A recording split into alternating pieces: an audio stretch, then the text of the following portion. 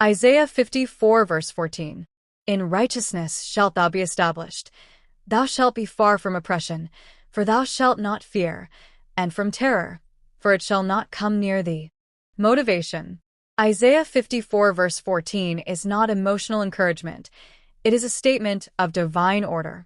God is explaining how a life becomes unshakable. Establishment does not begin with comfort, success, or public approval. It begins with righteousness.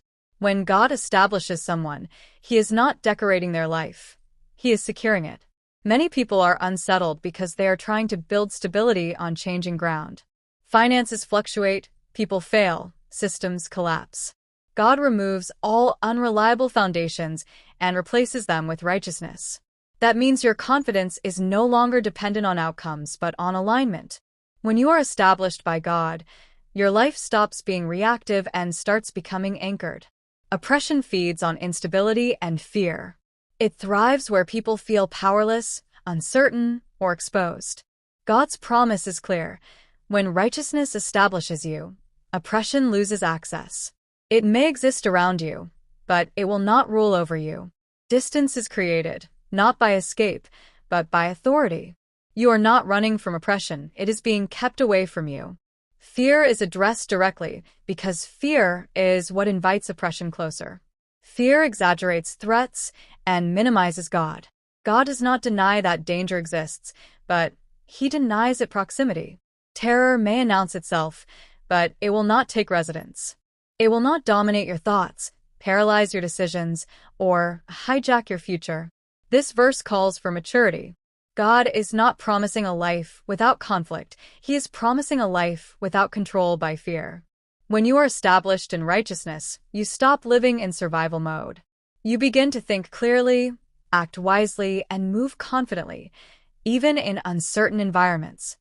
If you feel unstable, intimidated, or constantly bracing for the worst, this verse is an invitation to return to alignment. God establishes what He governs.